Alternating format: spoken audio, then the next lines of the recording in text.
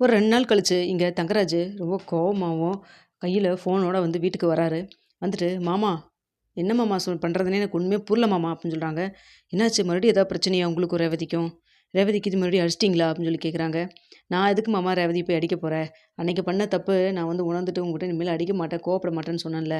அதனால தான் நேரா அவகிட்ட இத என்னத்த பேசுறது? ஏற்கனவே நான் இத பத்தி நான் கேட்டேன். அவ எதுவுமே அத பத்தி பதிலே வாய தொறந்து சொல்ற மாரியே தெர்ல. எனக்கு இதுக்கு மேலயே வந்துட்டு அமைதியா இருக்க முடியல மாமா. தலையே வெடிச்சிரும் போல இருக்கு. அதனால தான் நேரா நான் இங்க வந்துட்டேன்" அப்படின்னு சொல்றாங்க. "ரேவதி வந்திருக்காளா?" அப்படின்னு சொல்லி கேட்குறாங்க. "நான் ரேவதிலாம் கூட்டு வரல மாமா. வீட்ல யார் இருக்கா?" அப்படின்னு சொல்லி கேட்குறாங்க. "நானு, மலரு, உங்க அத்தை 3 பேர் தான் இருக்கிறோம். எங்க மதி இல்லையா?" அப்படின்னு சொல்லி கேட்குறாங்க. "ஏங்க மாப்பிள மதிய பத்தி கேட்குறீங்க?" அப்படின்னு சொல்லி கேட்குறப்போ, "இல்ல நாம ஏதாவது பேசுனோம்னா, 2வது விதமா அந்த பொண்ணு தானே ஏதாவது பேசிட்டு இருக்கும். அதனால தான் கேட்டேன்" அப்படின்னு சொல்றாங்க. "இல்ல மதியலாம் இல்ல" அப்படின்னு சொல்றாங்க. சத்தத்த கேட்டு இங்க மலர் கிச்சன்லேருந்து வராங்க. "வாங்கண்ணா இப்ப தான் வரீங்களா? காஃபி, டீ போட்டா அதெல்லாம் ஒண்ணும் வேண்டாம்ப்பா" அப்படின்னு சொல்லிட்டு இருக்கிறாங்க. அப்போ வந்துட்டு, "இங்க பாருங்க, உங்க பொண்ணு என்ன பண்ணிட்டு இருக்கிறான்னு சொல்லிட்டு ஒரு வீடியோவ காமிக்கிறாங்க. பார்த்தா ரேவதி ஃபோன்ல சேட் பண்ணிக்கிட்டு, சிரிச்சுக்கிட்டு, பேசிட்டு, வாய்ஸ் நோட் அனுப்பிட்டு இருக்கிறதெல்லாம் வந்துட்டு வீடியோவ எடுத்திருக்காரு. அத கொண்டு வந்து காமிக்கிறாங்க. இது 1 நாள் 2 நாள் இல்ல மாமா. ரொம்ப நாளா வந்துட்டு இது மாரி அவ யார்ட்டயோ பேசிட்டும் பண்ணிட்டு இருக்கா. கேட்டா ஃப்ரெண்டு கிட்ட தான் சொல்றா. சரி ஃபோன தான் எடுத்து பார்க்கலாம். மாமா நான் ஃபோன் எடுத்து பார்க்கலாம்ல. இப்போ அத்தையோட ஃபோன் எடுத்து நீங்க பார்ப்பீங்கல்ல. இல்ல மாமா உங்களுடைய ஃபோனையும் அத்தை நீங்க பார்ப்பீங்கல்ல அப்படின்னு சொல்றாங்க. இதுல என்ன மாப்பிள இருக்குது?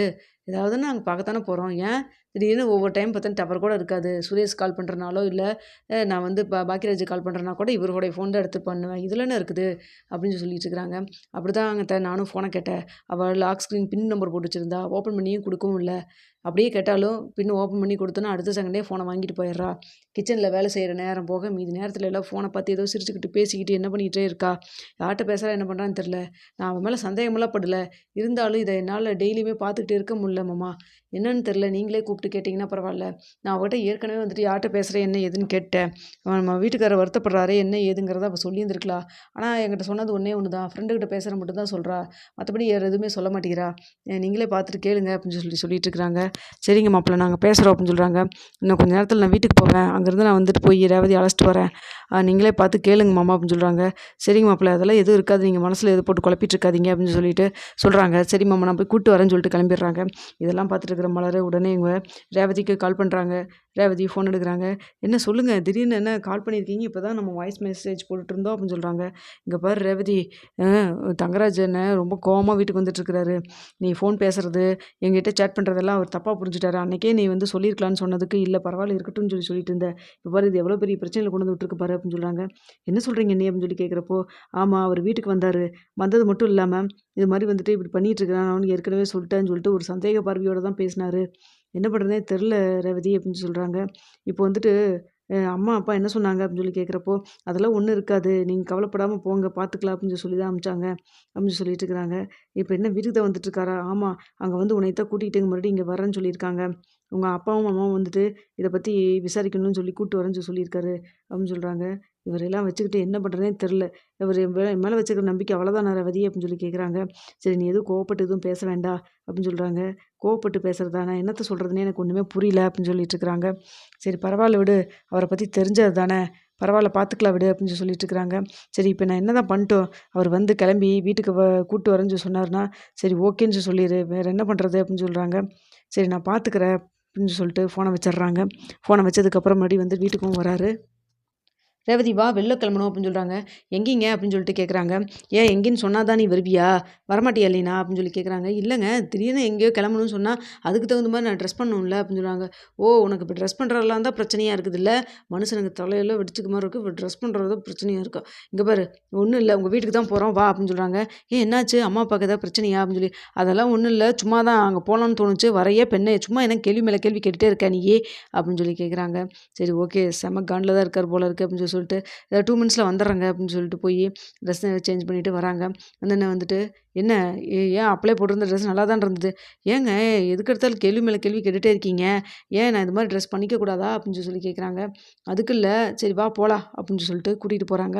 அங்க போறப்போ வந்துட்டு இவரு கண்டிப்பாவும் பிரச்சனை தான் பண்ண போறாருன்னு சொல்லி தெரிஞ்சுக்கிச்சு. அதுக்கு தகுந்த மாரி பேசிக்கலாம். ஆனா இப்ப என்ன நம்ம குரூப் வச்சுக்கிறதுல சொல்லலாமா? வேண்டாமா? ஒண்ணுமே புரியலையே! அப்படி மாரி யோசிச்சிட்டே போறாங்க. கரெக்ட்டா அங்க அப்போ வந்துட்டு அங்க மதியம் வந்துடுறாங்க. மதிய வந்து ஹாலில் தான் அப்போ தான் வந்துட்டு மலர்கிட்ட பேசிகிட்டு இருக்கிறாங்க. "வா ரேவதி" அப்படின்னு சொல்லிட்டு வீட்டுக்கு கூட்டு போகிறாங்க. கூட்டோன்னே அப்போ வந்துட்டு அத்தையும் மாமாவும் வந்து 2 பேரும் இப்படிலாம் நடந்துக்கிட்டாங்க அப்படிங்கிறது எல்லாத்தையும் முன்னாடியே வந்து ஏற்கனவே மலர் வந்து மதிக்கிட்ட சொல்லியிருக்காங்க. சரி பார்த்துக்கலாம் விடுங்க அப்படின்னு சொல்லிட்டு இருக்கிறப்போ கரெக்டாக கூட்டிகிட்டு வந்துடுறாங்க.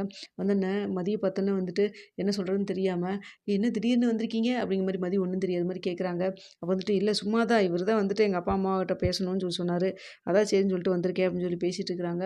அப்போ வந்துட்டு உடனே வந்துட்டு இங்கே லக்ஷ்மியும் கூப்பிட்றாங்க. "ஏய் இங்கே வா" அப்படின்னு சொல்லிட்டு ரேவதிய, "என்னம்மா?" அப்படின்னு சொல்லிட்டு கேட்குறாங்க. "இல்லை உங்கள்கிட்ட கொஞ்சம் பேசணும் இங்கே வா" அப்படின்னு சொல்லிட்டு தனியாக கூப்பிட்டு போகிறாங்க. கூப்பிட்டு போயிட்டு, "என்னடி இதெல்லாம் யார்ட்ரி ஃபோனில் பேசிகிட்டு இருக்க?" அப்படின்னு சொல்கிறாங்க. "அம்மா அவர் ஏதோ லூஸ் மாதிரி ஏதோ உளறிட்டு இருக்கிறாருன்னு நீங்களும் அதையும் கேட்குறீங்க" அப்படின்னு சொல்கிறாங்க. "இங்கே பாரு நீ யார்கிட்ட பேசிட்டு இருக்கிறேன்னு சொல்லு, தேவையில்லாமல் பிரச்சனை பண்ணாத, மாப்பிள்ளை ரொம்ப வருத்தப்படுறாருல்ல" அப்படின்னு சொல்கிறாங்க. "அம்மா வேறு யார்ட்டும் இல்லைம்மா, நம்ம நம்ம வீட்டுக்கு தாம்மா பேசுகிறேன், அப்படியே அதை விட்டா நம்ம அண்ணிக்கிட்ட அதான் மதிக்கிட்ட இப்படி தான் பேசிகிட்டு இருக்கேன், வேறு யார்ட்டும் நான் போய் பேசிட போகிறேன்" அப்படின்னு சொல்லி சொல்கிறாங்க. "அப்படியா, ஃபோனை கொடுத்தீங்கன்னா மாப்பிள்ளை செக் பண்ணணுங்கிறாரு" அப்படின்னு சொல்கிறாங்க.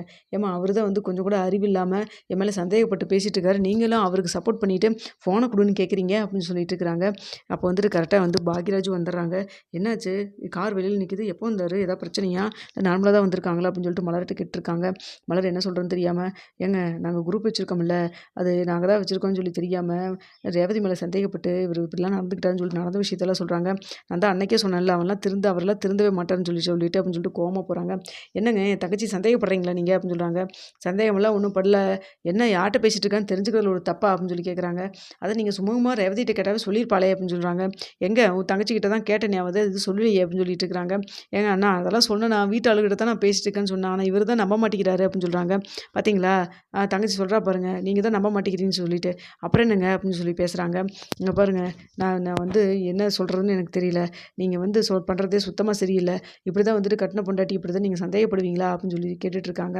"இங்கே பாருங்க சந்தேகமெல்லாம் நான் ஒன்றும் படலை, தேவையில்லாமல் பேசிகிட்டு இருக்காத, நான் வந்துட்டு என் பொண்டாட்டி தானே பேசிகிட்டு இருக்கேன், நீ போகிறீங்களா" அப்படின்னு சொல்லிட்டு இது பண்ணுறாங்க. அப்போ உடனே வந்துட்டு இங்கே ராகவன் வந்துட்டு, "மாப்பிள்ளை நம்மளை நம்பி வந்து கேட்குறாரு, அப்போ ஏதாவது பிரச்சனை நம்ம தானே பார்க்கணும் சுரேஷு, பாக்கியராஜு கொஞ்சம் அமைதியாக இரு" அப்படின்னு சொல்லிட்டு இருக்காங்க.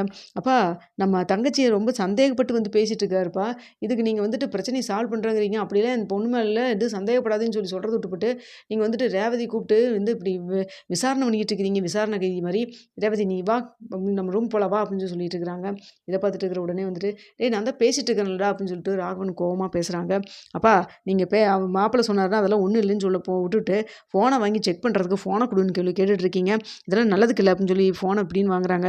அதே சமயத்தில் இங்கே தங்கராஜ் வாங்குறாங்க. தங்கராஜ் 2 பேரும் ஃபோனை அப்படி பிடிச்சி இழுக்கிறதுல வந்துட்டு கோவம் வந்து பாக்கியராஜுக்கு இருந்து ஃபோனை வாங்கி தங்கராஜ் மேலேருந்து கீழே போட்டு உடச்சிட்றாரு. இதை பார்த்தோன்னே பாக்கியராஜுக்கு செம கோவம் வருது. "பார்த்தீங்களாப்பா என்னமோ கோவமே பட மாட்டேன், இனிமேல் கோவமே பட தெரியாது" அப்படி இப்படின்னு என்னென்னமோ டைலாக் அடிச்சு 2 நாளைக்கு முன்னாடி தான் ரேவதி கூட்டு போனாரு.